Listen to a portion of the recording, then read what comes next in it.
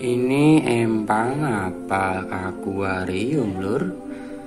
Banyak alga alias lumut lur. Ini lur baru 2 minggu ya lur, ini 2 minggu sudah seperti ini. Ini penyebabnya apa ya lur? Apa kalian ada yang tahu? Nanti akan saya jelaskan di video ini lur. Terus bagaimanakah agar di tank kalian tidak bertumbuh lumut seperti ini lur? Ini sudah 1 bulan ya tidak saya kuras, tapi tetap masih jernih dan tidak ada lumut. Gimanakah caranya?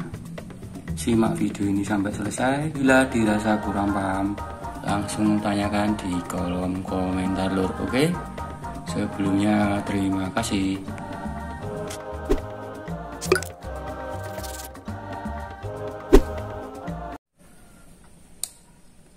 Assalamualaikum warahmatullahi wabarakatuh. Kembali lagi di Bengok Fish lur. Di video ini saya tidak akan membahas tentang tanah ini ya, tapi membahas tentang yang ada di dalam akuarium ini lur, alias tanknya. Ini baru 2 mingguan ya, ini belum saya kuras, dan hasilnya kalian bisa lihat. Lumut atau alganya itu tumbuhnya sangat pesat. Nah, ini dapat menyebabkan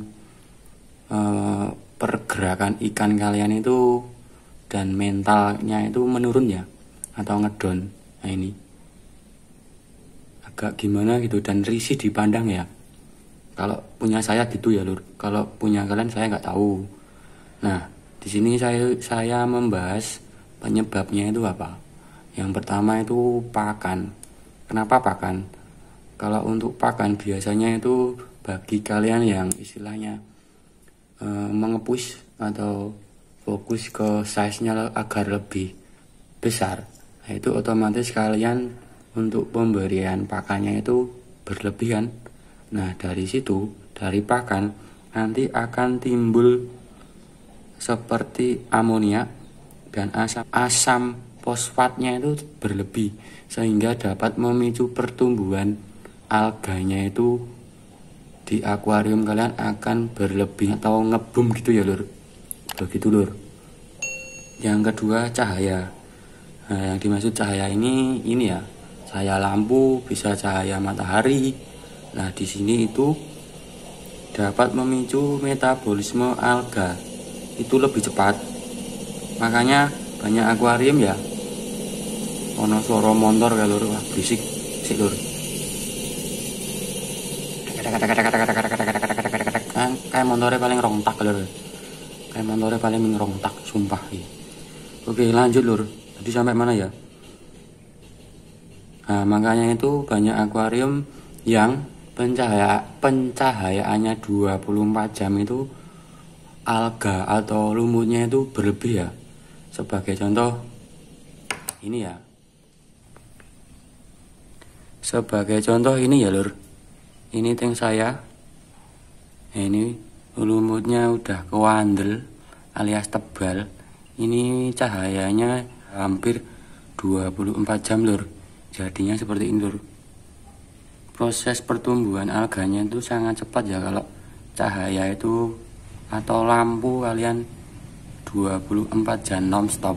Itu akan terjadi pertumbuhan alganya itu lebih cepat atau metabolismenya itu lebih cepat. Nah, jadinya seperti ini. Nah, ini lur.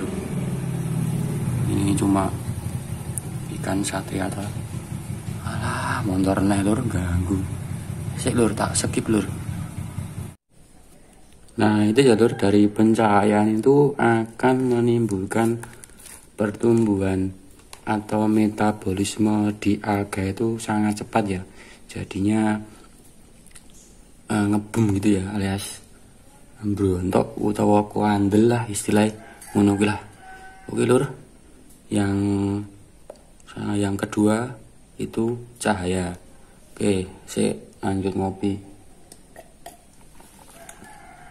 Yang ketiga itu kalau saya amati itu dari tanaman yang kita pakai di dalam akuarium. Nah, di sini kan saya pakainya ini lur. Nah, di sini kan saya pakainya frog bait sama ini ya, sirih gading. Nah, kalau saya amati itu yang membawa bibit alga ataupun lumut itu dari frogbeetnya lur. Nah ini dari dekat ya. Nah ini, atau dari atas. Nah ini lur, dari frogbeetnya ini membawa bibit-bibit alga. Jadinya itu kalau ada pakan yang tidak termakan serta dari kotorannya itu akan menjadi pupuk ya, sehingga alga itu akan berkembang lebih pesat. Begitu lur, sudah paham ya? Jadi ada 3 ya yang sudah saya bahas. Pertama, pakan yang berlebih. Kedua, pencahayaan yang berlebih, bisa 24 jam non-stop atau bisa 8 jam. Nah, itu akan memicu metabolisme di dalam akuarium kalian, lumpurnya akan berlebih. Begitu lur. Yang ketiga itu kan tadi saya bilang dari tanaman. Itu kan tanaman biasanya itu membawa sumber atau bibit lumut ya lur. Begitu lur. Nah, yang terakhir itu dari airnya lur. Biasanya kalau airnya nggak bersih itu juga bisa membawa bibit-bibit alga ya atau lumut. Begitu lur. Karena bibit atau lumut itu tuh nggak terlihat sama mata ya, itu sangat kecil banget. Bahkan di akuarium ini seperti kayak ada yang gerembet-gerembet cilik-cilik gitu lur. Ini jenenge kutu jet lur. Nah ini perkembangannya sangat cepat sekali lur. Dalam jangka 2 minggu akan seperti ini lur. Begitu ya lur. Dan cara pencegahannya gimana? Ini saya ada contohnya. Nah, dan ini tuh contohnya hampir 1 bulan lebih saya tidak kuras ya. Itu alganya tidak ada. Yang di belakang ini, yang hitam-hitam itu adalah kotoran yang menempel pada background ya lur, bukan di dalam tapi di luar akuarium lur. Saya soalnya pakainya cuma kertas asturo yang berwarna putih. Itu yang kotor asturonya, bukan di dalam akuariumnya lur. Oke lur, begitu ya. Jadi yang saya pakai untuk mengurangi dampak pertumbuhan alga yang cepat itu, yang pertama saya pakai ini lur.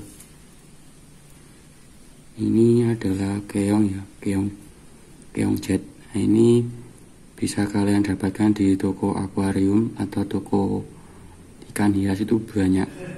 4 itu di harga 10.000 lur, begitu ya. Yang kedua saya pakai ikan sapu-sapu ya lur.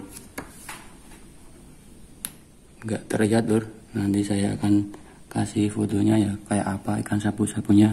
Tapi ikan sapu-sapunya itu kecil ya, tanamannya itu besi banget ya. Ini nggak ada lumut-lumutnya. Tapi ini yang mau saya hancur lur.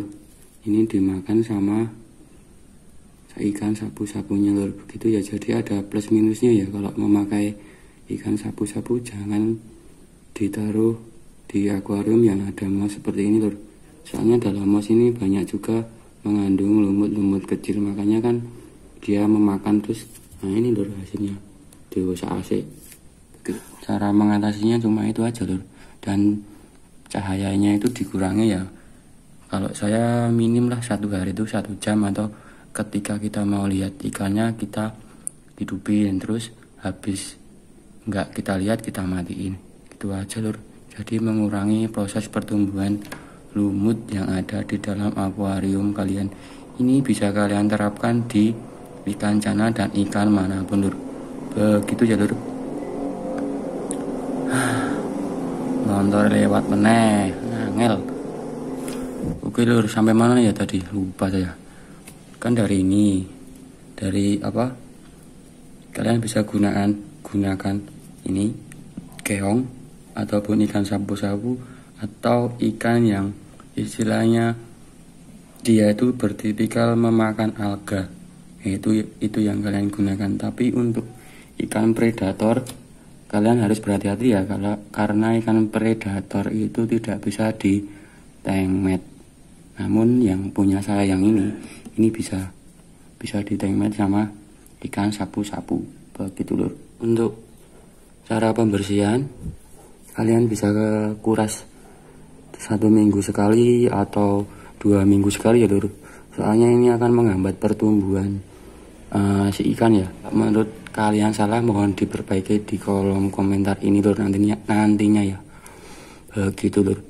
Nah, kalau kalian tidak punya istilahnya keong jet ataupun sapu-sapu dan ikan pemakan alga, kan kalian punyanya ikan predator ya, itu sangat riskan ya. Kalau di satu tank kan nggak bisa di tank sama ikan-ikan yang pemakan alga, nanti istilahnya dia tuh tarung atau dimakan ya.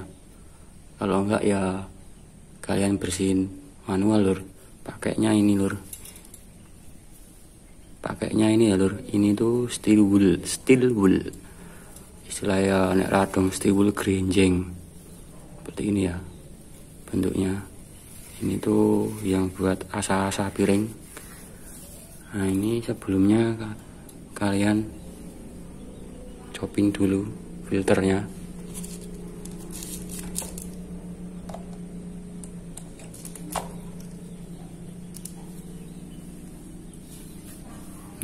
Nah ini sudah menyala ya, kalian tinggal digosok aja.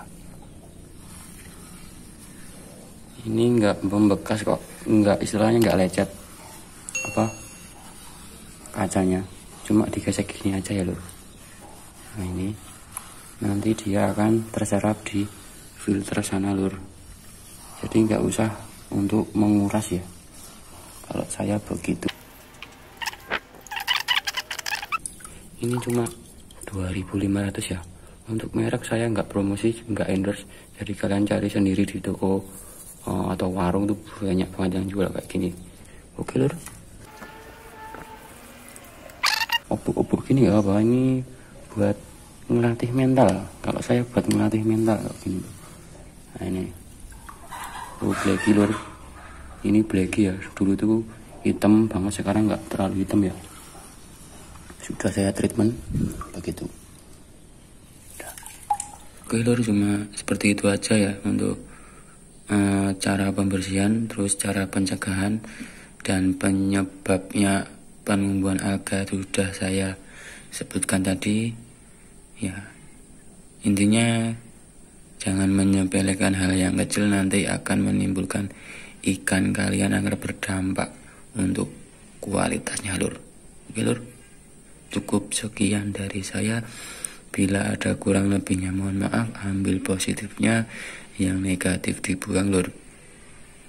Jangan lupa tekan tombol subscribe, like, komen bila baru share ya lur. Wassalamualaikum warahmatullahi wabarakatuh.